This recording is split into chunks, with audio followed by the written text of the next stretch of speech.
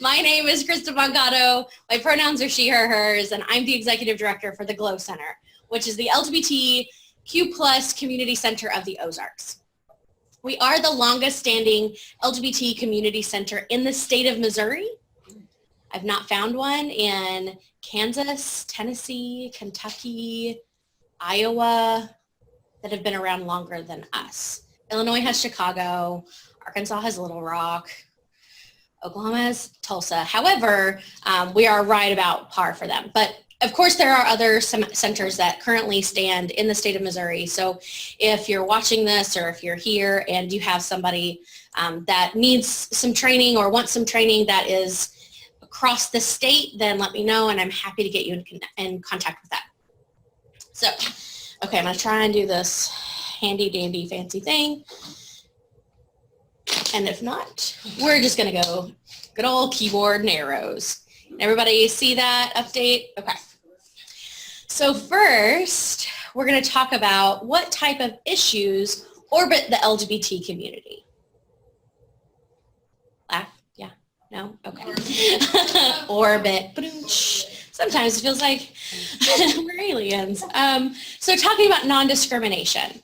Currently in 28 states, it is legal to fire, evict, or deny housing, or deny public accommodations to people based on their sexual orientation or gender identity. Oh, no, it's okay. Oh, yeah. Yeah, we're good. So all of those states in orange that you see, it is legal to do that. So, and it happens. It absolutely happens. And the kind of mustard colored states, at least that's what it looks like on my screen, it is legal to do all of those three things based on somebody's gender identity, but sexual orientation is protected in the non-discrimination clause at the statewide level. And the states in gray, it is not legal to discriminate. So that means that in the state of Missouri, we are entering, actually this is the 20th year that MONA, or the Missouri Non-Discrimination Act, has been introduced, at the Missouri State Legislature. That means that we have been trying for 20 years. It's been, the bill is written, but it hasn't moved anywhere within the state legislature to make that law. There's all kinds of jokes about doing it next year on the 21st year when Mona can drink legally, but we'll see how that works. So if that's something that you care about, you can contact your personal legislators and lawmakers and advocate for that. That's something that 2 years ago, nobody knew how to do, and it seems like this year, everybody knows how to contact their legislator. And if you don't, I'm happy to help you find that information. But yeah. Oh, yeah. So everybody knows how to do it. So it's really important to do that. However you feel, you need to let your legislators know how you feel about those things. Now, a lot of people think that because marriage equality has passed and now is the law of the land, that discrimination doesn't happen. That's not true. There's lots of other ways that, yes, we have marriage equality, and everyone, regardless of their sexual orientation or gender identity, can marry a consenting human adult as long as they, fill out the other requisites. Then that is legal. But there's lots of other things that go along with family and kinship type of laws, like second parent adoptions. Currently in the state of Missouri, if, say, two women are legally married and one of them gives birth to a child, then the non-biological parent has to go and pay the courts and a lawyer to do a second parent adoption, even though they're legally married, even though if there's all kinds of other things around women in heterosexual relationships that are married, and if they use artificial insemination, they don't have to go through a second parent adoption, but two women that are legally married do have to. So there's lots of those other little things that you don't necessarily think about that still have to play out through the court system to hopefully change those laws and keep moving forward with progress. If you were around in the spring of 2015 in this area, there was a huge political issue about the City of Springfield's non-discrimination clause. The City Council passed adding sexual orientation and gender identity to the city's law, non-discrimination clause. And then it was repealed by the voters in April by a very narrow margin. And honestly, it's been since then that I've our training program and education doing trainings exactly like this that have really exploded. It really has started a area-wide conversation about what it means to be gay or transgender in the Ozarks. And I'm happy to continue to have those conversations with you. It's something that in this area we really haven't talked a whole lot about, but there are, everybody's sitting down, so this is good. There are gay people in the Ozarks. There are transgender people in the Ozarks. There are transgender, gay, lesbian, bisexual people of color in the Ozarks. There are queer Muslim people in the Ozarks. If there is any type of lived experience that you want to find, you can find it here. It's really easy to think that because we're, 90% of the population is, or no, I think it's like 94% of the population is white and predominantly Christian, conservative Christian in this area. It's a very red state, a very red part of the country, that means that there's no diversity.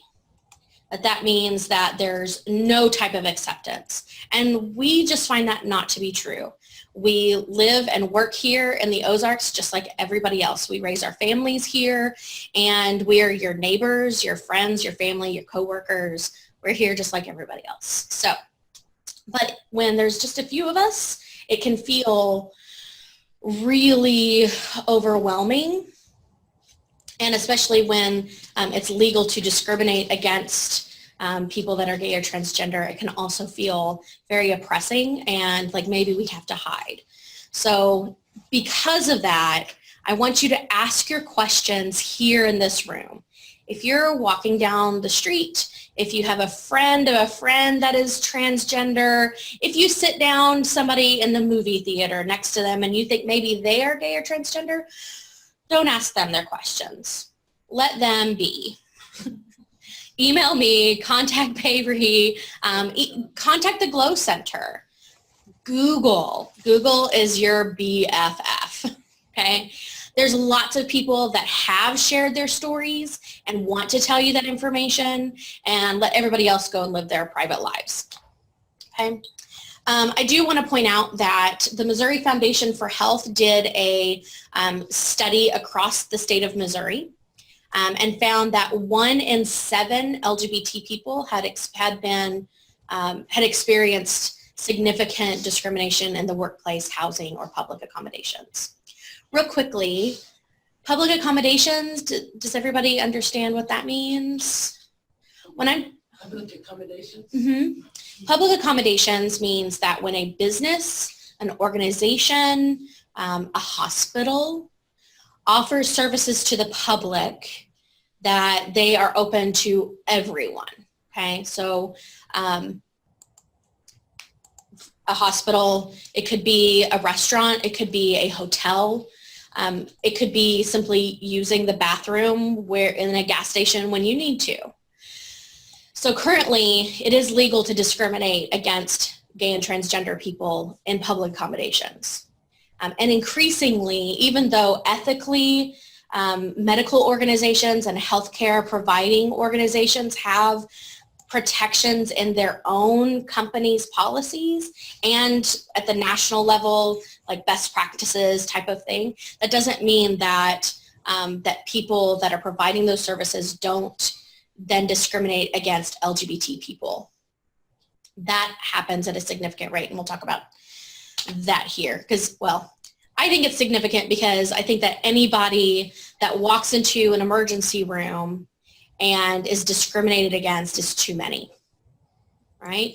You as healthcare workers really, I know this because I have lots of friends that are healthcare workers, and I can see it on your faces as I'm talking to you now that you're in this room and you're getting that training because you want to help people, because you want people to be healthy, because you want, no matter what their walk of life, you believe that they have an inherent connection, and you want to be able to help them if they're in trouble with their health.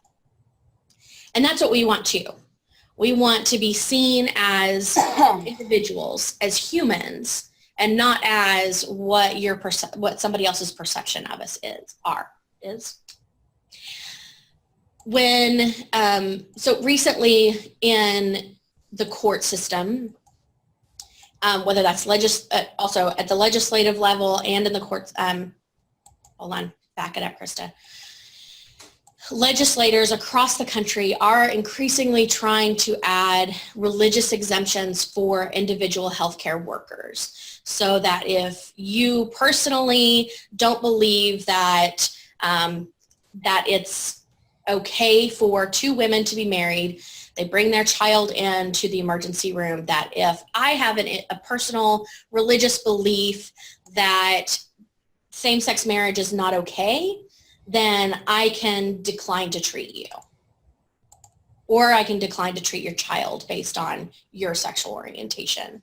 And that, like, whether that's in the emergency room or counseling, or we're seeing it also in education. And I don't think that that's okay. When you are providing a service to the public, it should be for everyone. Okay. And of course, there are religious exemptions for religious organizations, including medical organizations that are religiously based.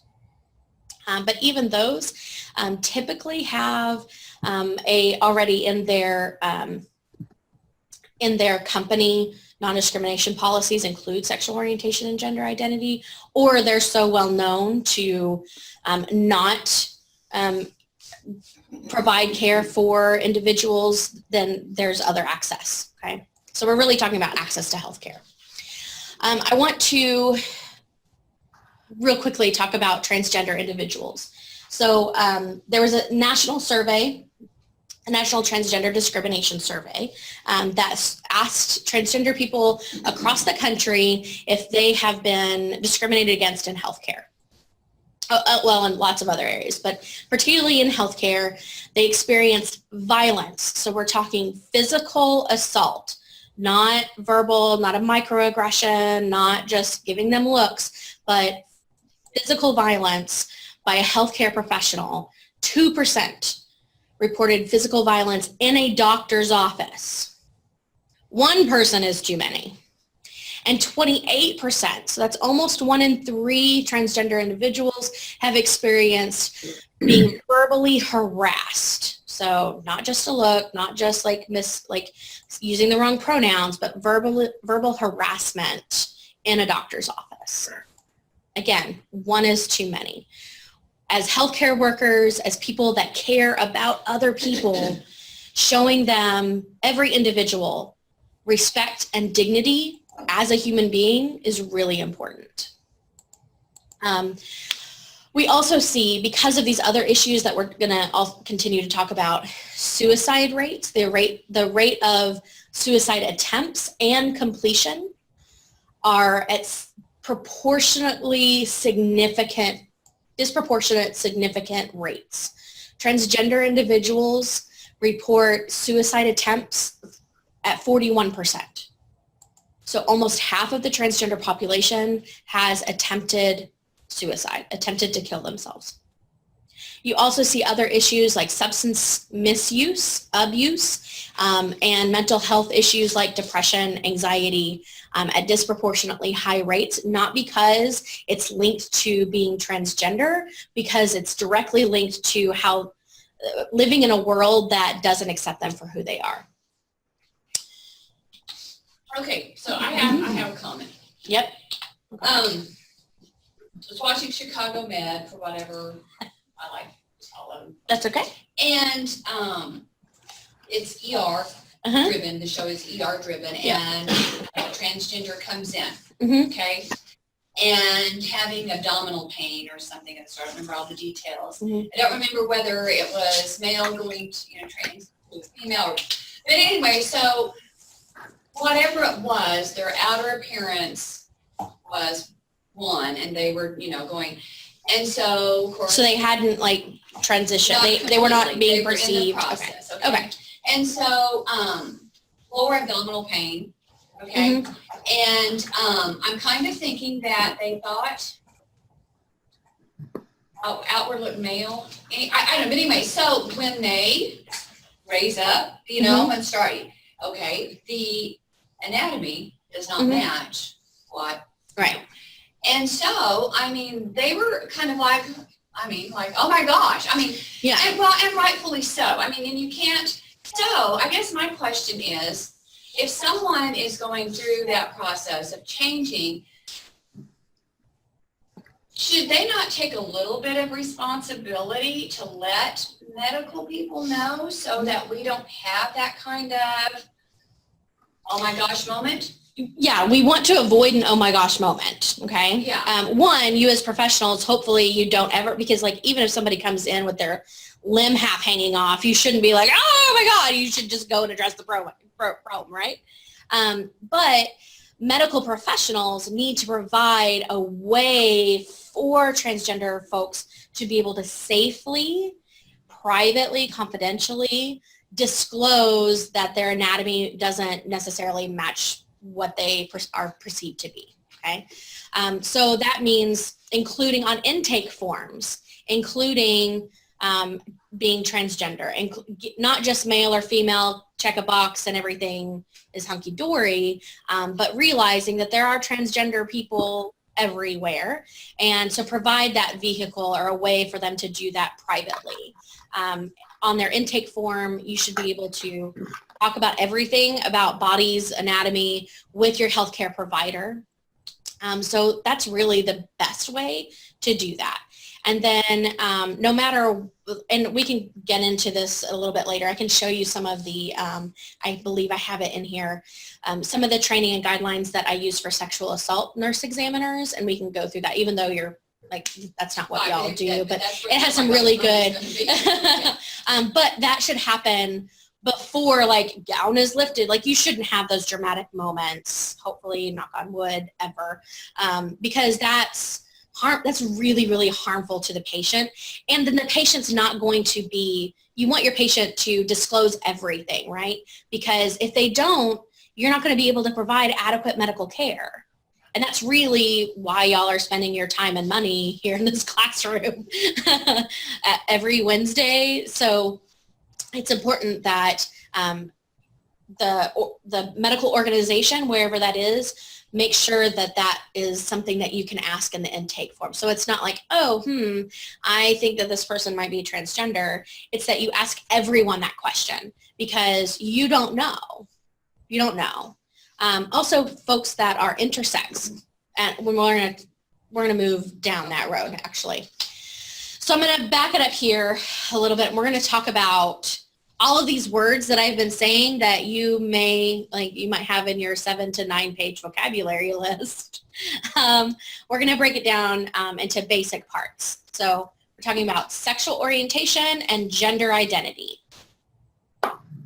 Chances are, if you've maybe several of you in this room have never had to talk about or think about what that meant in terms of yourself.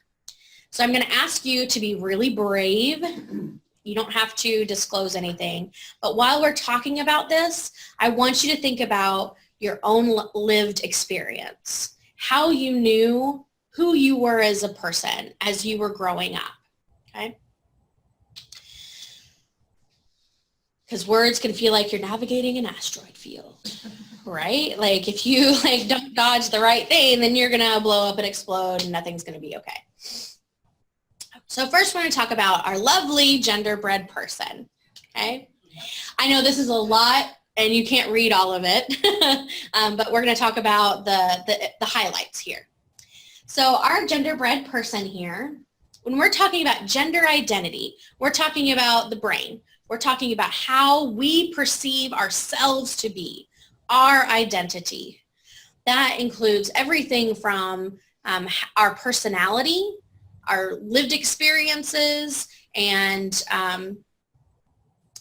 how we present, not how we present to the world, but how we're perceived can influence that. So who we know inside, who we are, how we identify.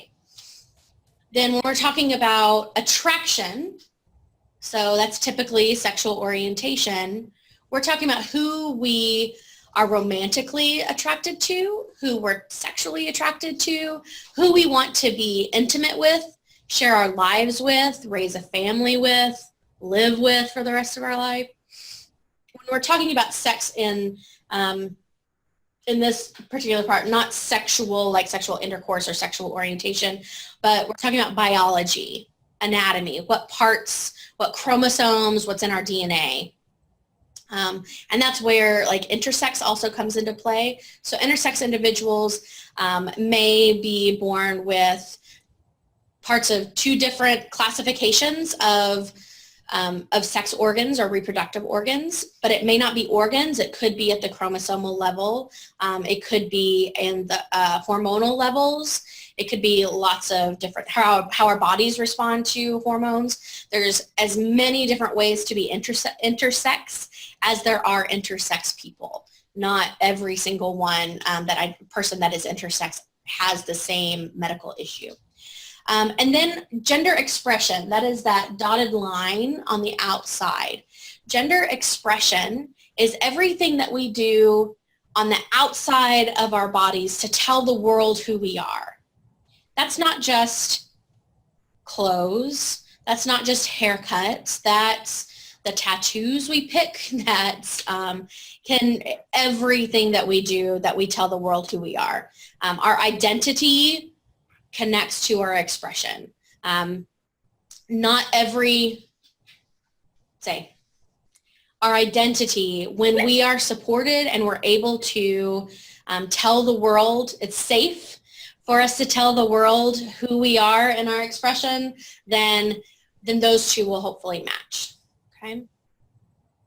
But those are separate issues.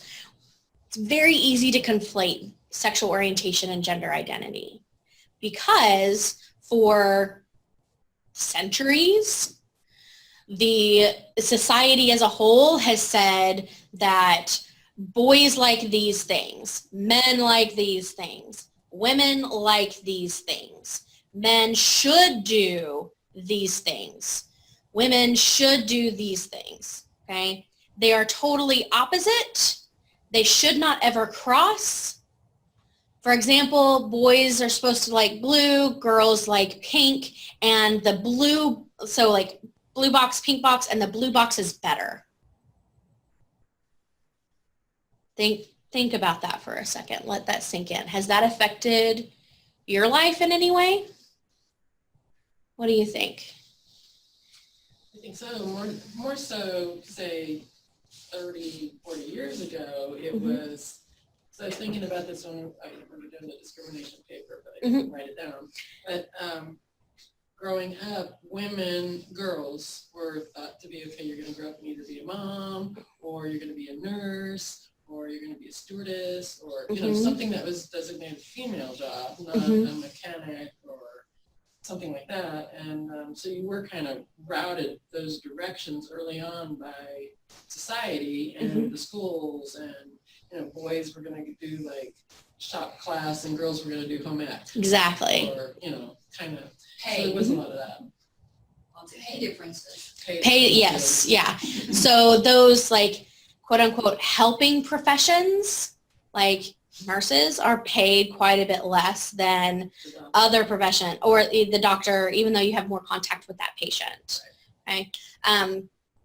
Teachers are paid less than professors because of the connection. Yeah. So there are lots and lots of ways in which that has come into play in our lives, whether we're aware of it or not. Right?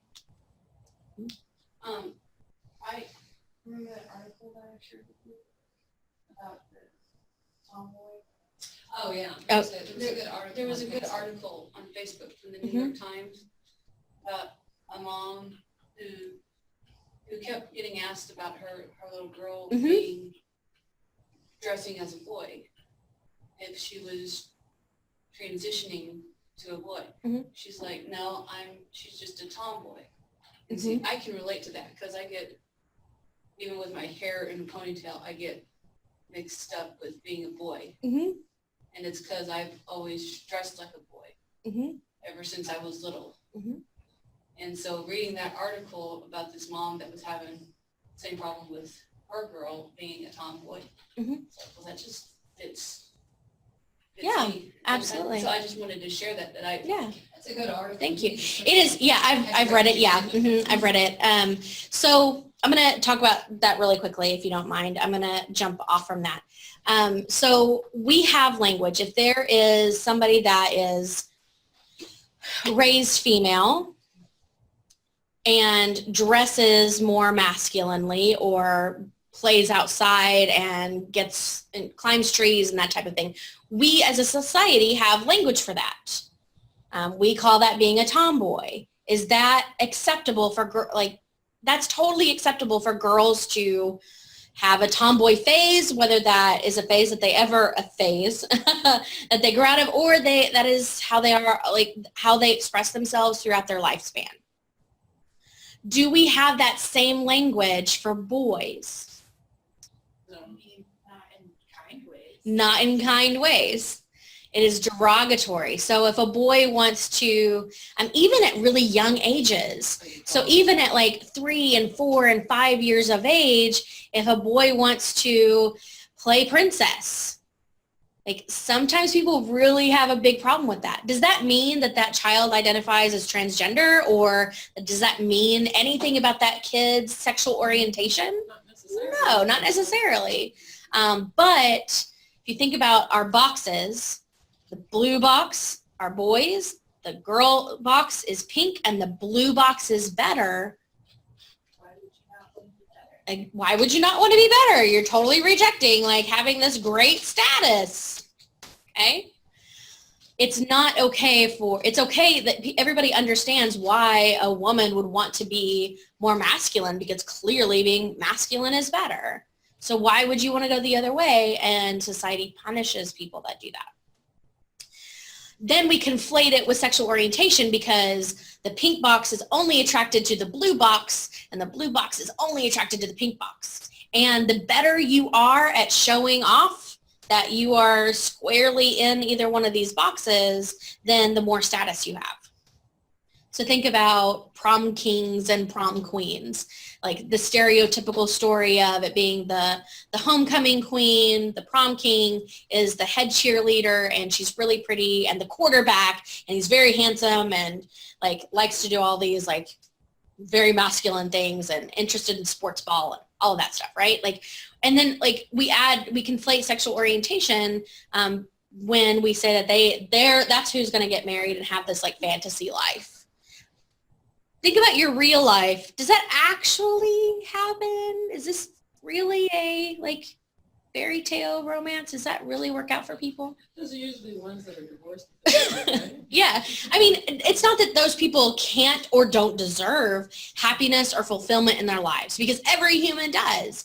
But we really, if you think about it, in our real lives, we really don't buy into that. You do when you're in the school system, because that's what's kind of drilled in Yeah. your thinking, Yeah. because that's the way it should be. So then once you step out of that and go off to college or go into the real career world or whatever, that does evolve Yeah. a little bit. But And why do we do that to our kids and put them through all of that when it's not actually what's reflected in society anymore? Why isn't that okay to teach that to our children, that every human is deserving of respect and dignity? And no matter if you identify with one of the boxes or if you don't fit in any box, that's okay too, right? Because humans are humans and we should be able to express ourselves the way that we want to, as long as it's not harming anybody else, right? not the way God made us. If you believe in God. If you believe, then absolutely. Yeah, this is, humans are humans. And this is within our own society. There's lots of other cultures in which somebody that identifies as transgender or in their gender roles is gender nonconforming, gender expansive, as I like to say, that is celebrated and revered in other cultures. Our culture has the problem. Those health disparities and mental health disparities for transgender folks in our society doesn't translate in other cultures where trans people are accepted and supported throughout their life. It doesn't correlate. It's within our own society. We are creating problems that we shouldn't really have. So let's talk about some of these specific things or specific definitions. Sexual orientation, we're talking about words like lesbian, bisexual, gay, pansexual, asexual, and I totally got called out. I'm not including heterosexual, so I added that, okay? It's totally okay. It's totally fine. If you're straight, we'll accept you. It's all right. Typically, people are much more comfortable with and understand words like lesbian and gay, bisexual even, but there is still a lot of stigma surrounding folks that identify as bisexual. Like, can't you just pick one? Well, why should they have to? Okay. Bisexual folks are attracted to their own gender and other genders. It's not excluding folks that are transgender. It's not excluding anything else. It's simply that individual is attracted to their own gender and others. Maybe one other, maybe many others. Folks that identify as pansexual has nothing to do with cookware or it had like panoramic, we're used to taking panoramic pictures now, meaning a wide, broad spectrum. So folks that identify as pansexual sometimes say that it's about hearts, not parts, and they aren't attracted to one specific gender, or gender doesn't have a connection to how they're attracted to somebody.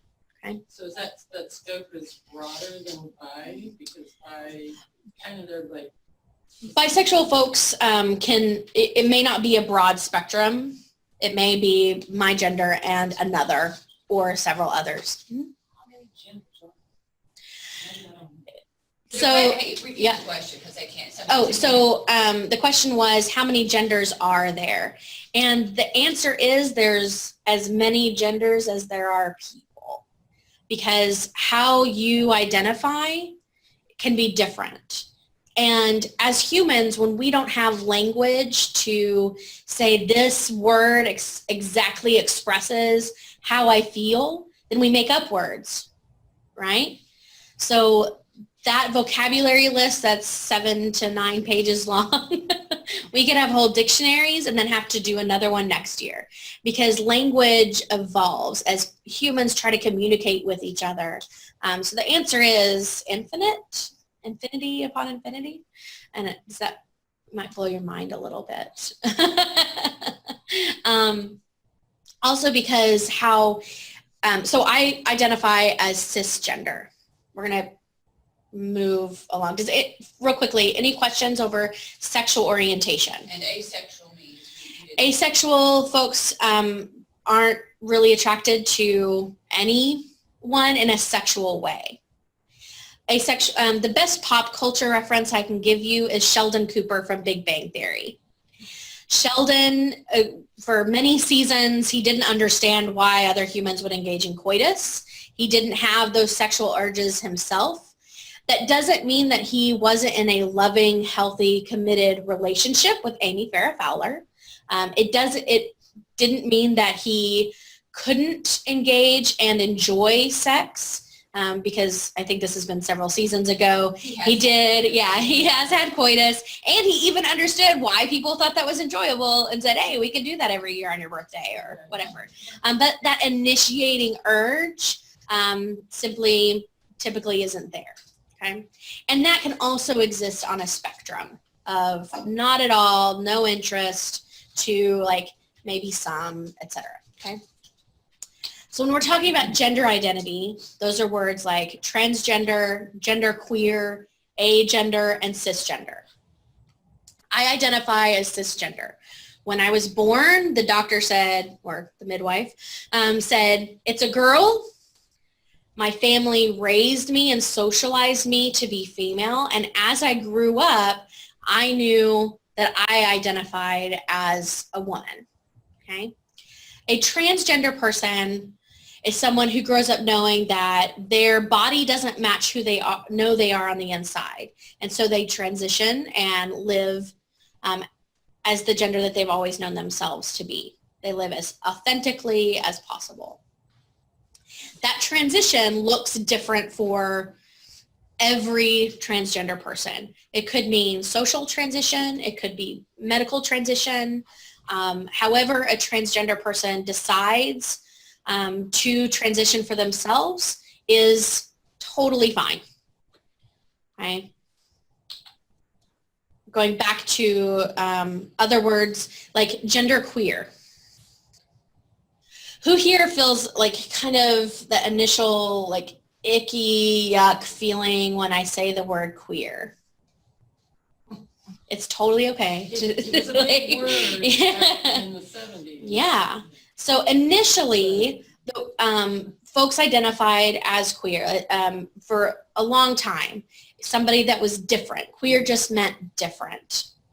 And then in the 40s and 50s and 60s and 70s, like that word was used in a derogatory way. It no longer had that power of being like something that was just different. It added a negative connotation to it. And then in the last couple of decades, LGBT people that are different, reclaimed that word and said, this is the word that best describes my experience, how I feel, who I've loved, how I live my life. I use the word queer to describe myself. There's lots of other reasons that I don't have to talk about today because I could talk about it for like 8 hours and nobody wants to hear that. You also see it increasingly in younger generations. In academia, there's lots of white papers and research papers on queer individuals and the queer community. And you see it increasingly in communities of color. Okay? Because what that means for a woman of color or a Muslim person to identify as, it could also include, if you take out genderqueer, but just queer as an umbrella term, it can mean sexual orientation and gender identity.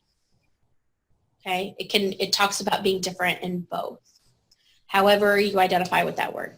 So somebody that identifies as genderqueer means that I don't necessarily conform to those two boxes. I don't fit in those boxes. Other words that are used kind of outside of those two binary boxes would be agender, also gender nonconforming, non-binary, gender expansive. All of those words means that like the blue box and the pink box, they don't describe me. I don't fit into them. I am outside gender. Gender fluid is also a word that you might hear. Okay. Somebody that identifies as agender none of those words really fit. And so I identify as without gender. Okay. Meaning they don't see themselves as either male or female, just. Mm-hmm. Like asexual. I don't want to describe myself. I don't feel or think about myself in terms of gender. So I will give you an example. I'm going to go back to gender-bread person. So cisgender means that cis means with.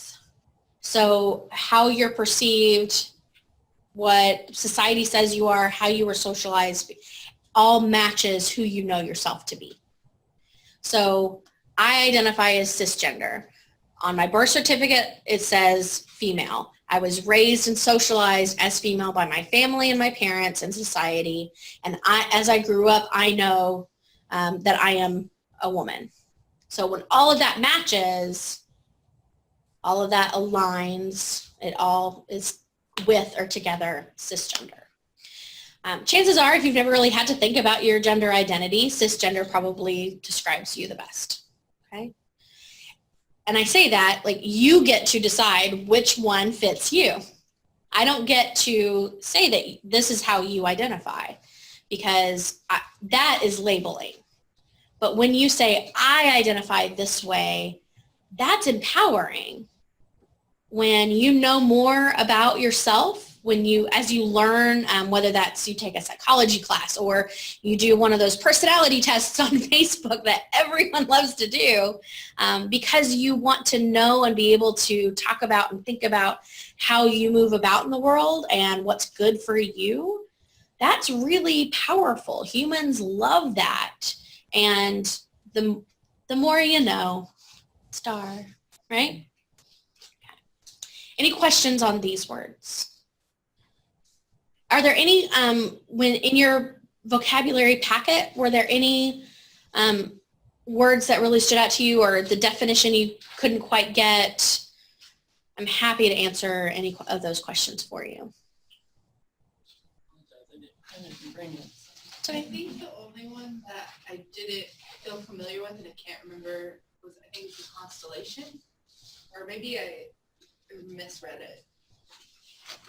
Does somebody have theirs? Something. Yeah, it's the arrangement or structure of polyamorous relationship. Oh, okay. All right, well then I get that. That's the only one I was like, I don't recognize that. Yeah. And then I just, So polyamory is a sexual orientation where you, it's not the traditional monogamous relationship, but all parties enter into a relationship that is multifaceted, multi-people. and so when you're using constellation, is that just to describe like the realm?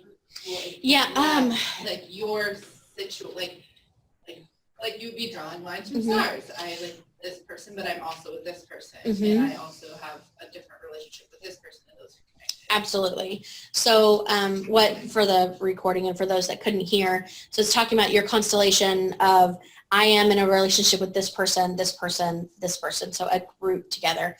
It also kind of recalls to mind the idea of a nuclear family, what that looks like, nuclear constellation. I don't know if there's some sort of connection in there. But so your constellation, like who orbits in your relationships. Okay, so that was, I don't think I understand how you would use that word. Like, So instead of like saying my partner, my constellation. oh, in reference to everyone. Mm-hmm. Okay, Yeah. that makes sense. Okay. Any other questions? That was a really good detailed question. That was really good. Any other questions? Why do you say queer Muslim? So there are folks that are of the Muslim faith that are also queer. I guess I just didn't understand why you choose that word for the Muslim and like explaining other people, it was just other words. Well, the reason that I picked that one is because I know a friend of mine who lives in this area is Muslim and uses the word queer to identify. And because we see the word queer increasingly used in other minority groups to describe themselves. I talk about the queer community a lot, and so that's also quicker than saying LGBT or gay and transgender, and it is an umbrella term for all of that. So You could have that's just why. easily said a queer. You have a friend that's a queer Korean. I mean, it should just. Yeah, well, and I wouldn't say Or not, but- I would say, like, I have a friend who is, Yes. I would use it as either person first language, so a person with a disability or a person who is queer. But you can also use that as an adjective. So queer, person of color, Muslim, Christian, atheist, you can also use those. And it's better to put the person first, as long as you're making it clear that you're talking about an individual and a person, and humanity is always before everything else. Okay. Other questions? Those are really good questions. They've been really good question asking people. Yeah, I love it. I love it. Okay, so how much time do I have? Well, Sophie will be here at 11, and so we're Okay. gonna need to take about a 10-minute break before she gets here. Okay. For the coffee. Okay. So if you are specifically interested in what it means to be a transgender child, this is a great video. It's a CNN short documentary. It's less than 15 minutes long, called Raising Ryland. It was done a couple of years ago, but it's still really, really impactful, and it explains quite a bit in a short amount of time about what it means to be a transgender child. It's fantastic. I've probably watched it 1,000 times, and I cry almost every single time. So I think, don't be surprised if that's not maybe a discussion question to follow up, would be to watch this video. okay, Is it YouTube? it's on. Okay, Not on fine. YouTube. It's on CNN.com. Okay. Yeah, and you don't have to pay to watch it. Right, and then watch it and then. Yeah, that would be comment. great. That would be great. So real quickly, hold on, I'm gonna pause this. In Maybe. that way, that makes everybody, because it's good Yeah. and it makes everybody. So one of the easiest ways in which you can support a transgender person, a gender nonconforming person, is to make sure you are using the correct pronoun. I proactively introduce myself with my pronouns. That is something that I suggest for healthcare workers, because most of the time, or a lot of times, you might get like questioning looks, and then they're gonna just move on. But for the few folks that, for the people in which it really matters, it's gonna mean everything to them that you used your own pronouns to introduce yourself, because they then can use their pronouns to introduce themselves. And like we were talking about in the intake form, or how do they know which ones to use? If you are always introducing yourself with your pronouns, then it opens the door for that conversation. That transgender person knows that you're a safe person to talk to, and to disclose that information. And the more trust that a patient has in, or your client has in a healthcare worker, the better you can provide services for them. So just an example, because I feel like the pronouns are something that have come along relatively recently, like in maybe 10, 15 years. Mm-hmm. So say someone who born female identifies as male, how is that pronoun? Is it I'm a him, she, her? No. No. Okay. So do you have a similar question? Mine was, is there like an age difference where that starts? Because some older people, they identify the same way. Yeah, there's been transgender people for as long as there've been Yeah, I know people. that, So, but are they using the? But they haven't always. but yes, Yeah. yeah, and they may, an older person who's transgender may not have the language for this like you do, because when you identify as LGBT in some way, you don't get a 101 class, Right. you don't, and then get like a gay card that you carry with you.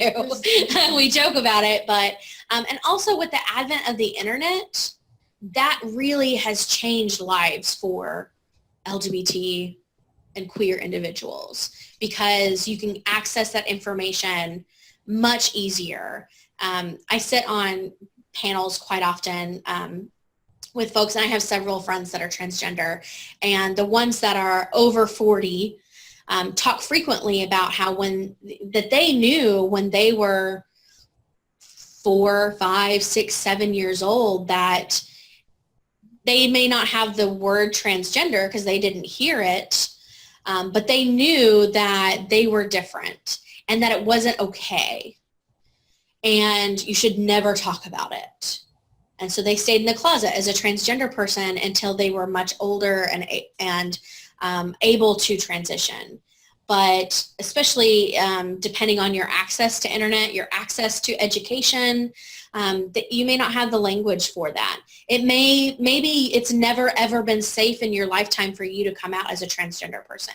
I think there was an article that I read recently that somebody came out at the age of 90 as transgender and finally was able to transition and live as they've always known themselves to be, because the world hasn't always been safe for that to happen. And it's also expensive in a lot of ways. Like think about just changing your wardrobe, what that looks like. So pronouns, this is how you would use them. Oh, Yeah, it's about to shut down. It's fine. okay. So my pronouns are she, her, hers. So when you refer to me, you talk about Krista, she is speaking. I listened to her talk about this stuff today. If it was somebody that told you their pronouns were he, him, his, that's an easy, like typically people understand what that means. They is used as a singular pronoun. It's something that we've used verbally very easily. So for example, if somebody left their phone here, oh, I wonder whose phone this is. They left it. I hope they come back to get it. You're already using it in your everyday language as a singular they, because you know that like a group of people didn't leave their phone here, right? So that is used as a gender neutral pronoun. And just like we discussed before, when humans don't have a word to express who they are, they make up one and use it. There are lots and lots and lots of other gender neutral pronouns that people use. It could be Z and here. There's different ways to pronounce it and spell it, but it typically, to my Texas Southern ear, they all sound very, very similar. It could also be knee, near versus like she or him. And I'm going to show you a video really quickly. It's not very long about why it's so important to use the correct pronouns. Maybe. I'm going to try and make sure I have. I go by she, her, and hers for pronouns. That's just how it's been for me. My pronoun is. Can y'all hear that? Okay. We can, I don't know about. Okay. Can everybody remotely hear it? He, and I present as a he. Some trans people might look like me and present as a she. Recently, I've come across they, and I like they. So you can refer to me either as she or they. I like to be referred to as many things. It's really about what sort of feels good to our ears when we hear it. Pronouns are important because they indicate a degree of respect. Who doesn't want to be respected? For a long time, a lot of people have felt like that they don't fit into the mold of primarily he or primarily she, or maybe they feel they're a blend of both and that there's not really a word for that. I found out about gender non-specific pronouns, Z and here, and I thought that was funny. That makes people trip up because really technically I'm not a she. Not a he either. There are some situations where we really put way too much stock into whether or not somebody is a man or a woman. There's a lot of situations that we just don't need to necessarily have gendered language.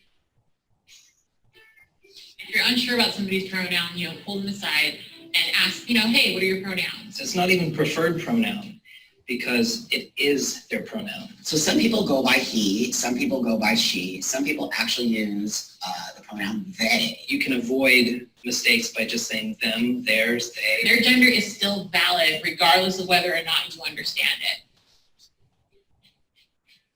it. Misgendering a person by using an incorrect pronoun is an act of disrespect. Everybody else in the world out there can say, I am, and they identify themselves. And everybody believes them. But when I say I am, I don't know why people just don't believe us.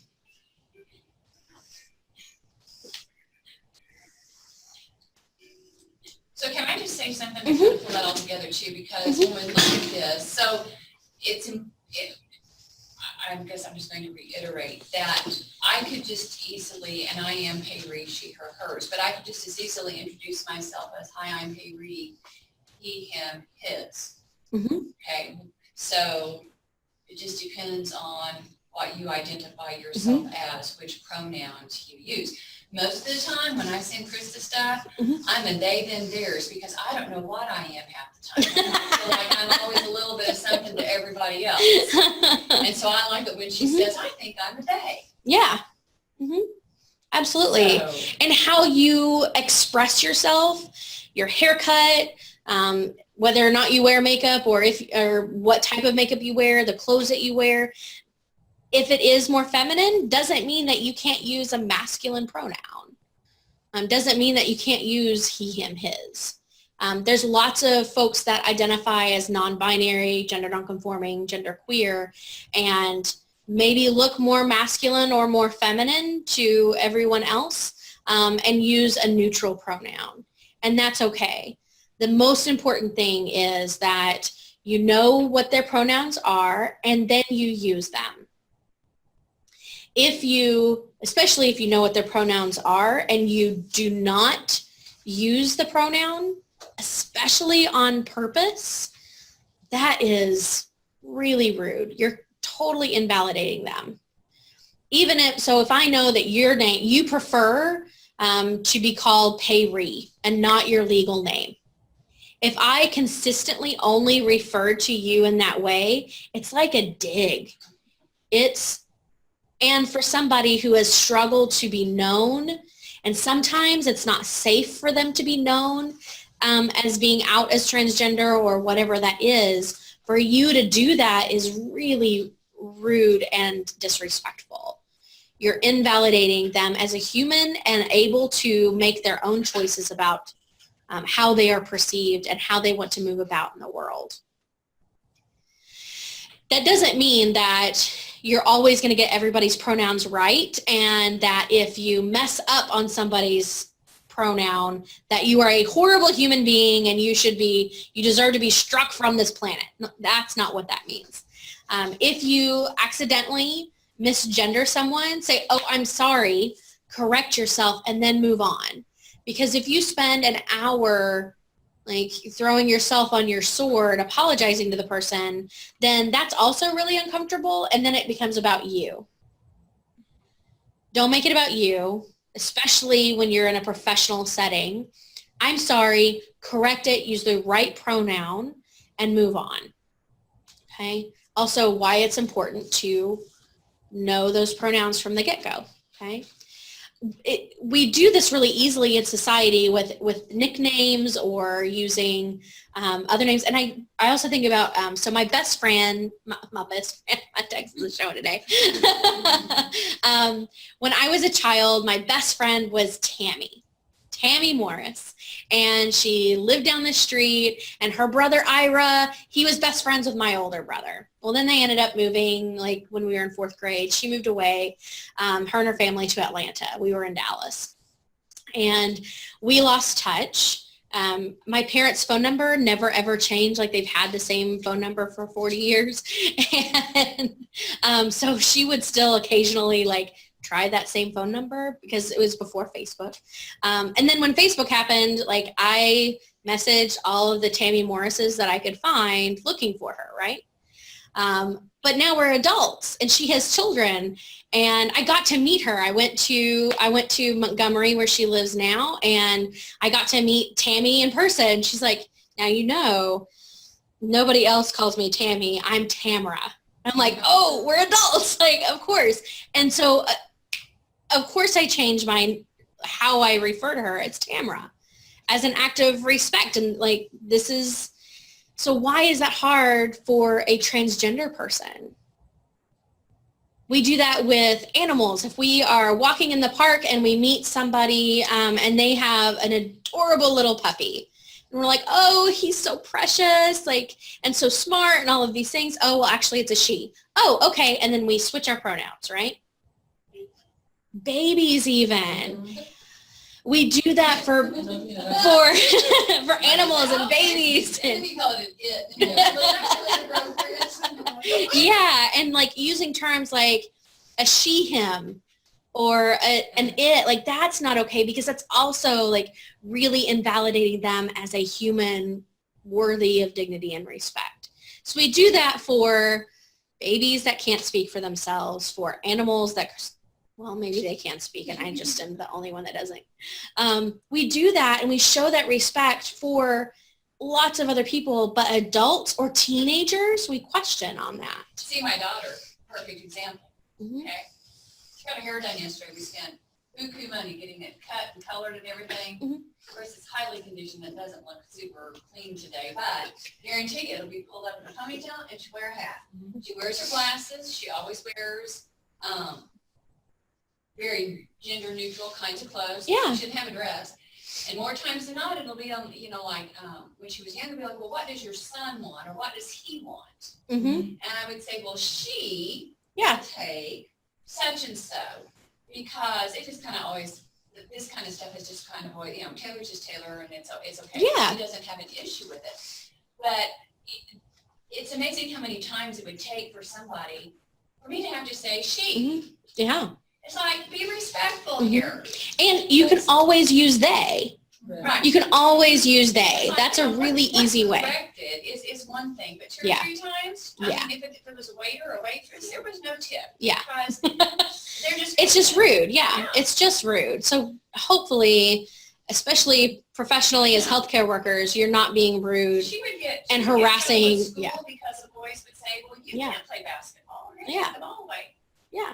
And that's an okay no matter what she's dressed And like.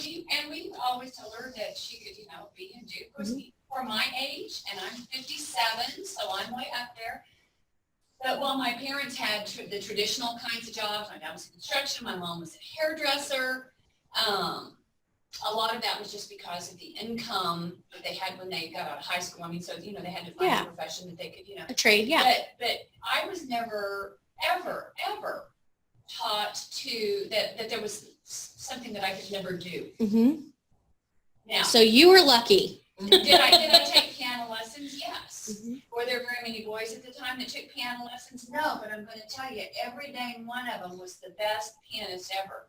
They just, because they had strength in their hands and things like that. But then when I went the science route, Mm-hmm. okay? Yeah. I can remember one time, it was quantitative analysis, it was a 400 level chemistry class, okay? I mean, tough class. And we did an A on it. I was the only person who made an A in their class. And I only say that because there were like 3 girls and the rest, by that time, most of the girls had filtered out. Mm-hmm. And so, and it wasn't like I was on an agenda to do that. Right. It just happened to, and it was just such a feeling of satisfaction because It was a male. it Yeah. was still a very Yeah. male dominating, Yeah. kind of, area. Yeah. So sexism has a huge impact on that. And like that goes across in other areas. Like And- watch the movie Hidden Figures. Like just watch it. Right, and Okay. on the flip side, when I started working in the hospital, I still had a hard time. Worked with a lot of male nurses. Mhm. In nursing And school, what- we didn't have any male students. I mean, but you know what I'm saying? Because when I was young, I mean, it goes back to when I Mhm. was younger, I shouldn't say all, but every nurse that I came in contact with Mhm. was female nurse. Yeah. And so then when I'm in the ICU and stuff like that, the percentage of male nurses increased. And I think partly though, because a lot of them had military service and they had received their nursing degree through the military or whatever. Best darn nurses you'd ever want for all sorts of reasons. And they experience discrimination due to sexism as Right. well. Like it's- yeah. You should be a doctor. Nurse. I mean, yeah, but they don't say that to the nurses who are female. Like, yeah, so, I can talk about this stuff all day long. I have 6 minutes left. So, and I also want to have a few, minutes for questions. We don't have a whole lot of time for Action Planet. So what I really want to leave you with is, I can send you that article or that video too on how to be an ally. Actually, I'm going to pause it though. This is what it looks like. So Francesca Ramsey, pause it please. At Cheska Lee on YouTube. She also does, on Facebook, you can find her under MTV Decoded, and she talks about lots of issues across minority populations and how to be kind, and breaks it down in really good ways. So this is 5 tips for being an ally. And one of my favorite things here, it's really important, and I always give her credit. If you are an ally, if you were an ally and you were a girl group, you wouldn't be Beyonce, you wouldn't be Kelly, you would be Michelle, okay? The one that nobody ever remembers her name, okay? So if you are an ally, don't try to be Beyonce.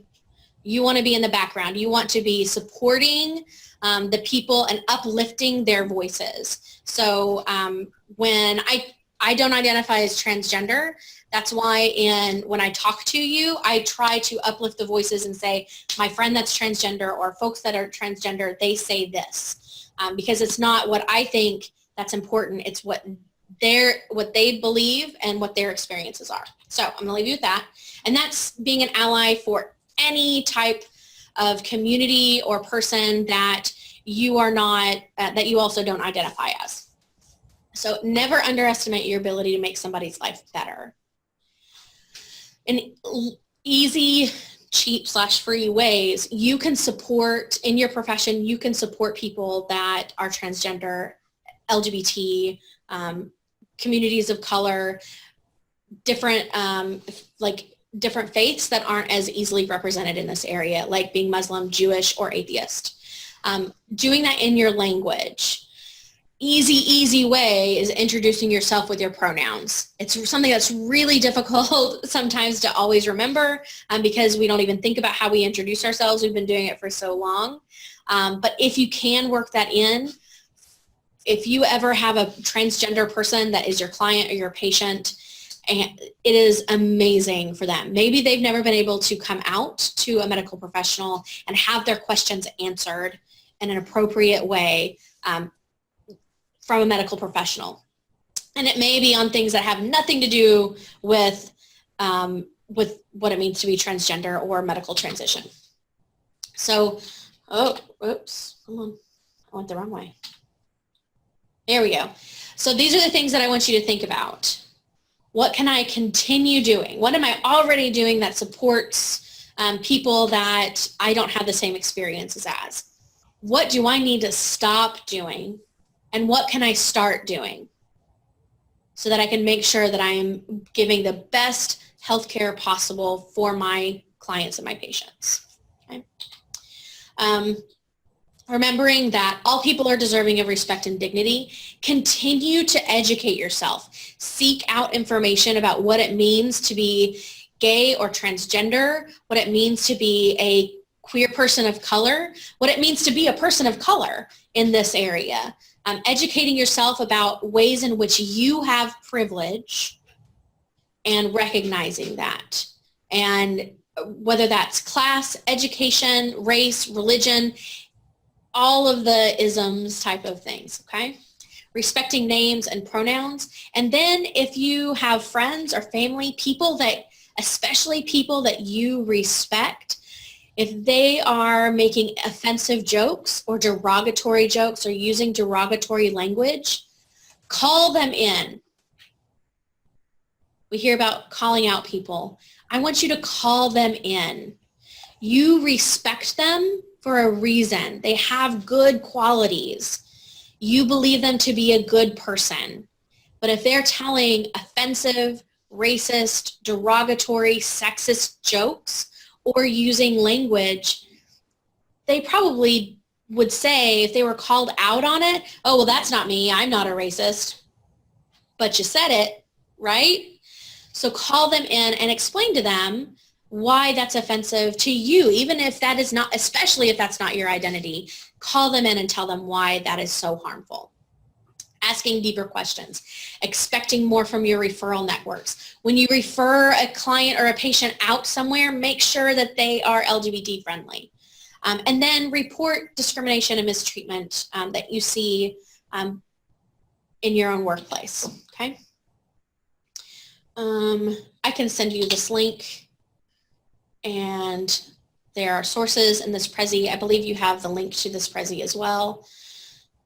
If you're really interested in transgender specific healthcare, WPATH is the leading international organization for professionals regarding transgender health. They have a fantastic standards of care. It's in different languages. Check that out. And then there are lots of local resources. So if you come into contact with somebody and you're not quite sure, maybe you don't know of a LGBT friendly place to refer to somebody, then contact me, contact the Glow Center. APO Promo is our statewide advocacy organization. There's lots of support in this area. So I know we want to focus more on like positive, like safe place to go, but do you also have like, hey, do not go here? Like for instance, when we're referring people to housing, and maybe I'm wrong, but is there a longer list of like places that are accepting or places that are not? We do not keep a list of like, hey, don't go here. We don't keep a list. Word of mouth is really important. And honestly, I will tell you one of the reasons that we don't keep a list and people don't think about that is because, especially in this area, if you're not on the list that says you're safe, you're automatically assumed to not be. If you do not publicly say we are LGBT friendly, the LGBT community, the queer community is going to not feel safe. Okay. Or maybe if they've already had a relationship and then transitioned, or they've been supported in other ways in their and have that relationship with their healthcare professional, then they may feel safe even though they're that organization or that clinic or whatever hasn't said, hey, we're LGBT friendly. They already have a relationship and know them to be. But for somebody that's moving or starting care or starting something with services, that's what it is. Housing is like a huge thing that we deal with, and I know that has also been. So especially for low income folks, that HUD and the EEOC have, especially HUD has specific protections for gay and transgender folks. However, I received a notification, there's a news report that may be changing under the current federal administration. So keep up with that. Meaning it won't be as friendly anymore?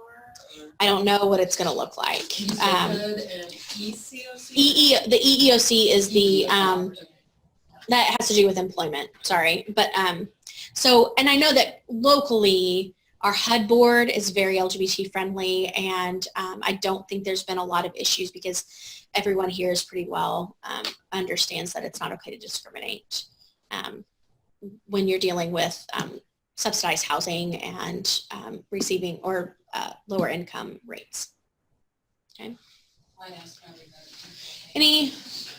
gonna Since they can hear you better. see if I